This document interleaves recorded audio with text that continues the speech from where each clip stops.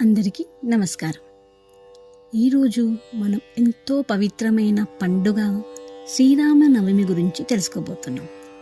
ఈ పండుగ ఎందుకు జరుపుకుంటాం, దీని వెనుక ఉన్న కథ ఏంటి, ఇవి అన్నీ తెలుసుకుందాం ఈ వీడియోలో. ముందుగా శ్రీరాముని జననం గురించి తెలుసుకుందాం. త్రేతాయుగంలో అయోధ్యలో దశరథ మహారాజు పాలించేవాడు. ఆయనకు పిల్లలు లేకపోవడం వల్ల యజ్ఞం చేశారు. ఆ యజ్ఞ ఫలితంగా శ్రీరాముడు కౌసల్యాదేవికి, లక్ష్మణుడు శత్రుఘ్నుడు సుమిత్రదేవికి, భరతుడు కైకేయికి పుట్టారు. శ్రీరాముడు విష్ణు అవతారం, ధర్మాన్ని కాపాడడానికి జన్మించాడు. శ్రీరాముని లక్షణాలు. శ్రీరాముడు ఎందుకు గొప్పవాడు? శ్రీరాముడు సత్యవంతుడు, అంటే అబద్ధాలే చెప్పనివాడు.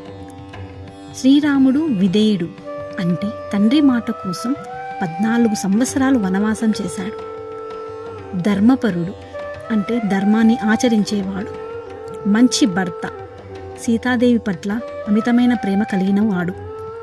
మంచి రాజు, అందుకే ఆయనను మర్యాద పురుషోత్తముడు అని అంటారు. రామాయణం చిన్న కథ. తండ్రి మాట కోసం 14 సంవత్సరాల వనవాసం చేసినాడు. సీతమ్మను రావణుడు అపహరించడం, హనుమంతుడి సేవ, లంకా యుద్ధం, రావణుని సంహారం, చివరికి ధర్మం గెలిచింది. పండుగ ప్రత్యేకత. శ్రీరాముని జన్మదినం, మంచి జీవితం ఎలా ఉండాలో నేర్పే రోజు, కుటుంబ విలువలు, ధర్మం గుర్తు చేసే రోజు. శ్రీరాముడు ఎందుకు ప్రత్యేకం? ఎప్పుడూ నిజం చెప్పేవాడు. తండ్రి మాట కోసం రాజ్యం వదిలి అడవికి వెళ్ళాడు. సీతమ్మను ఎంతో ప్రేమగా చూసుకున్నాడు. ప్రజల కోసం జీవించాడు. అందుకే ఈయనను మర్యాద పురుషోత్తముడని కూడా అంటారు. చాలామందికి రామాయణంలో రాముడి భార్య సీత అని, లక్ష్మణుడి భార్య ఊర్మిళ అని తెలుసు.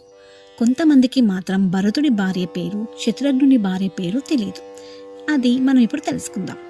రాముడి భార్య పేరు సీత, లక్ష్మణుడి భార్య పేరు ఊర్మిళ, భరతుడి భార్య పేరు మాండవి, శత్రుఘ్నుడి భార్య పేరు శృతకీర్తి.